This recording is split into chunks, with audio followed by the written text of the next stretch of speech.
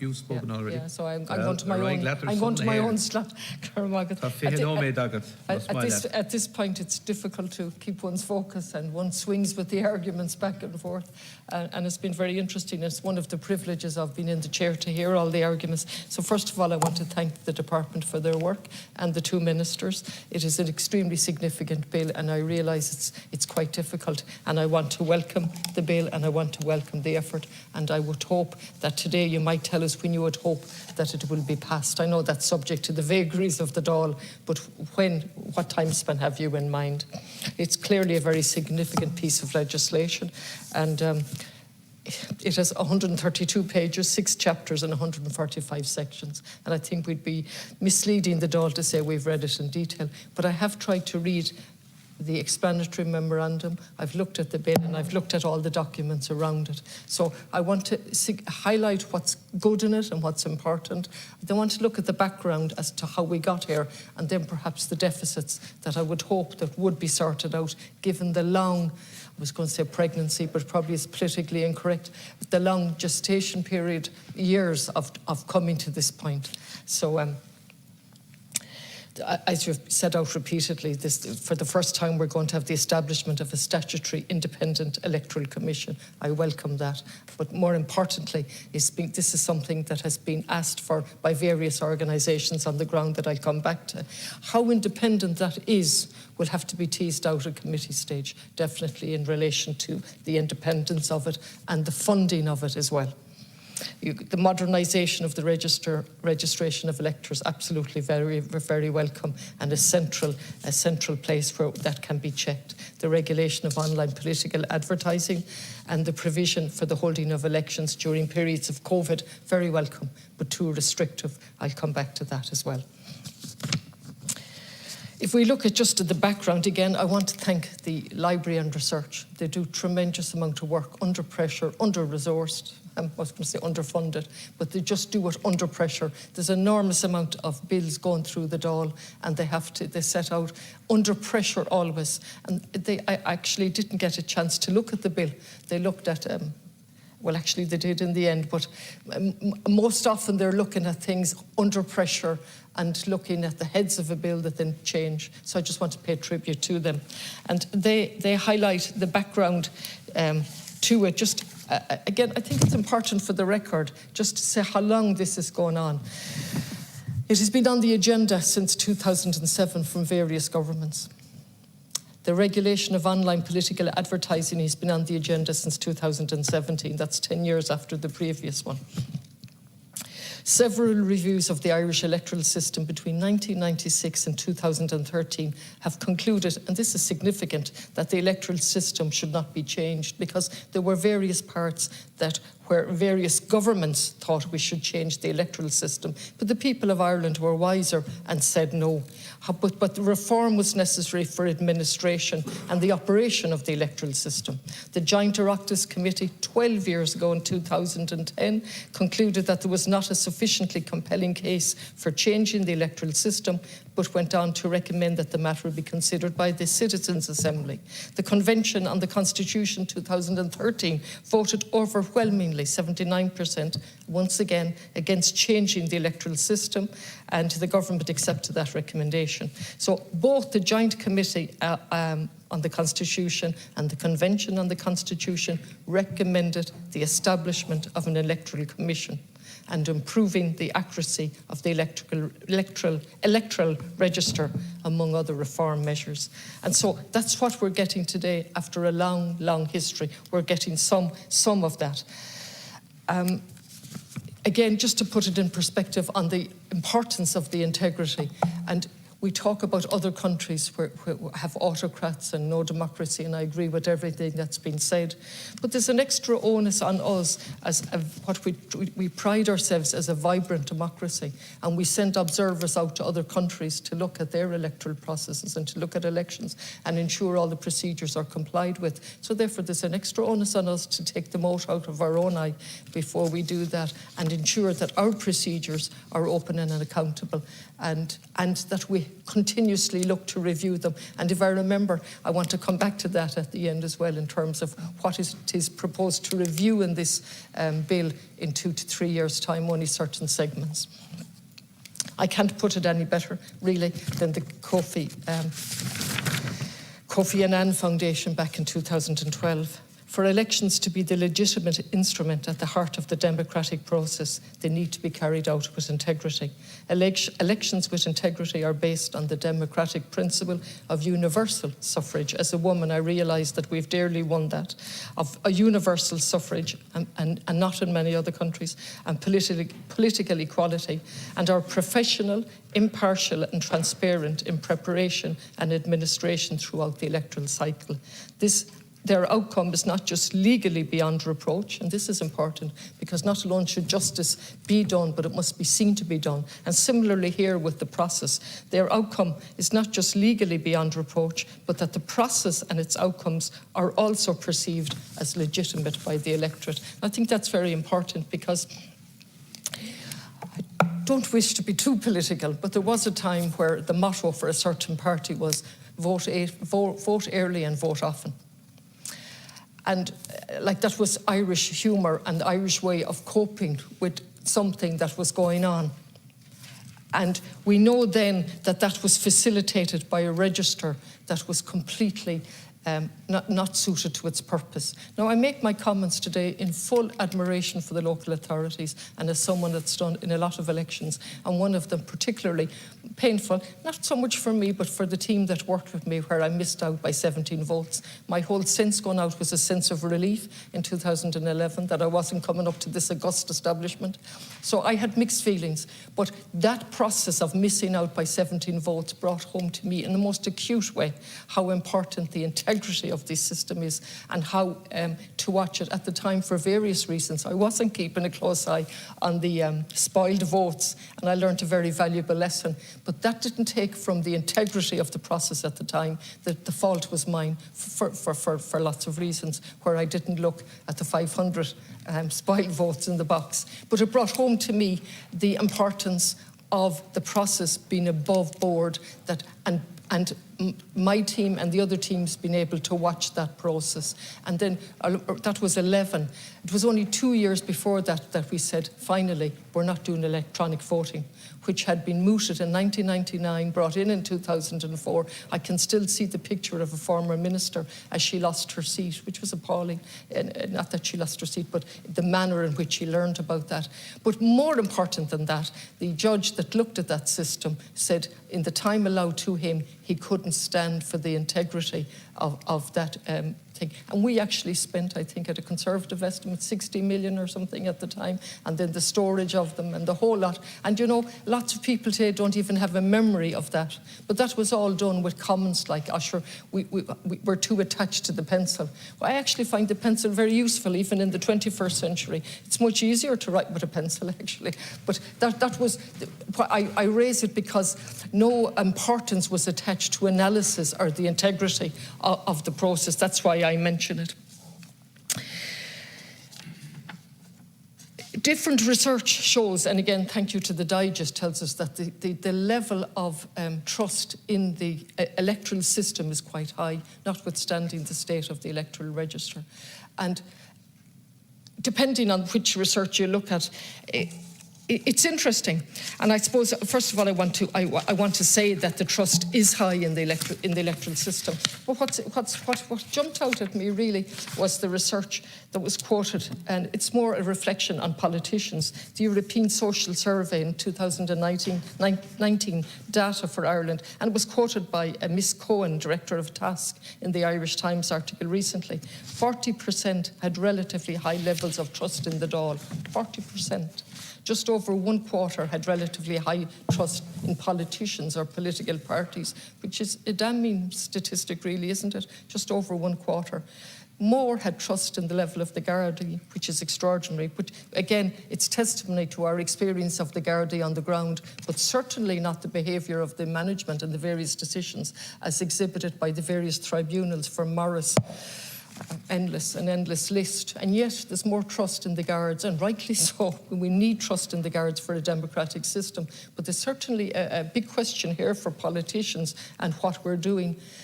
50% had relatively high levels of trust in the legal system, which goes back to a point made by Jim Callaghan earlier on in the trust in appointing a High Court judge.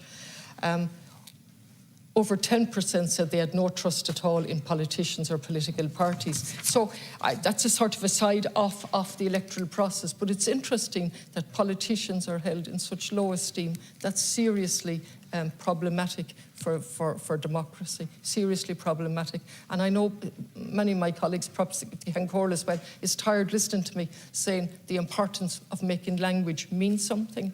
And language has to mean something. Whether we disagree with each other or not, it's very important for people, particularly young people, who can spot hypocrisy a mile off and pretension, that we make language mean something. Climate change, housing, and all of that. We have double speak going on all the time. So I say that as a side to the trust in the electoral system. As I said, I welcome that there's a commission going to be put on a statutory permanent basis. I welcome that the register is going to be, that commission will have an oversight over the register, but that the actual operation and management of the register and local elections will remain with local authorities. I absolutely 100% support that. However, local authorities are top-heavy with management, in my opinion, and not heavy with staff who are constantly shoved from office to office. And when they gain experience, they're shoved off, and there's a lack of staff on the ground, and that's a serious problem.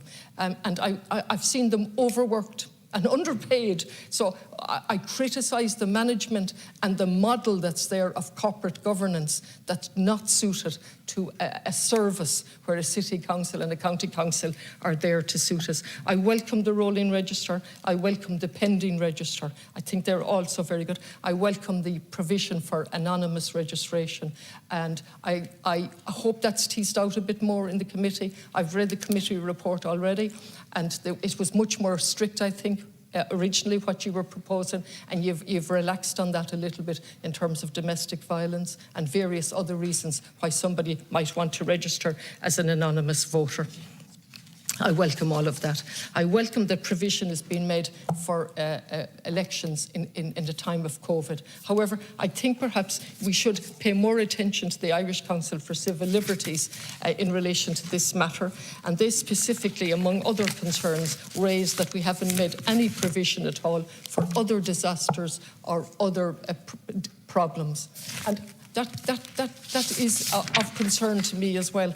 Perhaps the Athchóiriú outside of this might have a different view than I, but I had the privilege of sitting on the business committee for 2 weeks when the COVID broke out. Just as it happens, my colleague wasn't available. And it never left me the ease with which it was proposed to adjourn the Dáil.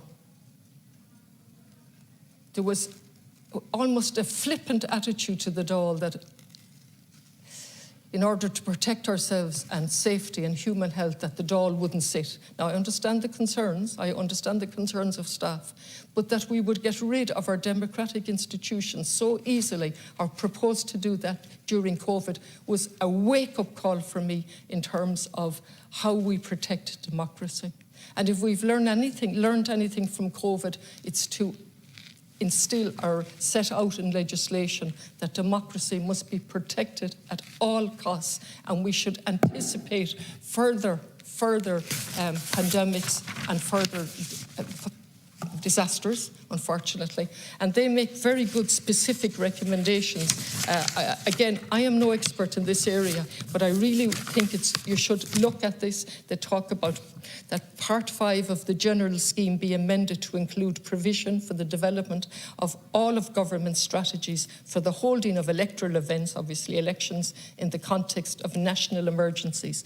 This would include provision for inter alia, the conducting of elections in the context of pandemics, which are doing, natural disasters, terrorist outrages, cyber attacks, extreme weather conditions, and so on. And they make practical suggestions in relation to the national risk assessment and so on, how you could make provision in there and then copper fasten it in legislation. And I think it would be a wasted opportunity not to do that. They also raise serious concerns, as has been mentioned already, in relation to the definition of political purposes.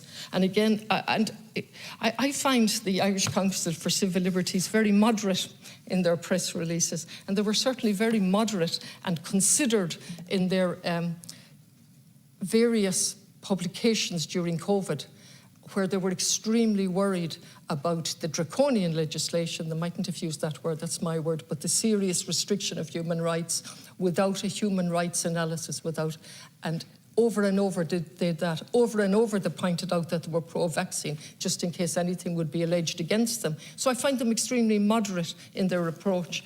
And they said, it's quite a strong press release on the publication of your bill on the 30th of March.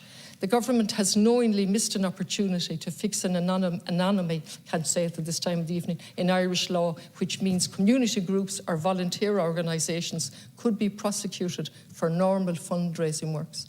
Speaking following the pub, so on, it's a wasted opportunity. And then they say specifically, we are in the bizarre situation where a community group set up to oppose, for example, the building of an oil refinery could find themselves brought to court for seeking donations above a certain amount, but the company building the refinery can spend as much as it wants to influence the government. These are not my words. These are the Irish Council for Civil Liberty. The government could have fixed this critical issue, which they've been aware of for years, while developing the bill, but instead wasted the opportunity. And they referred to the 1997 Act, which I understand was amended in 2001.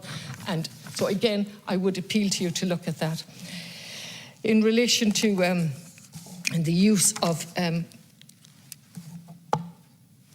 public PPSN numbers, they have raised serious concerns about that. I understand the Data Commissioner has raised serious concerns about that, the Data Commissioner officer, and I understand that they specifically asked for an analysis of that to be published before the bill came before us, or certainly before it's enacted, before we're asked to pass it, and that hasn't been done, as I understand it, Minister. Maybe it has. A data protection impact assessment to ensure full compliance with GDPR.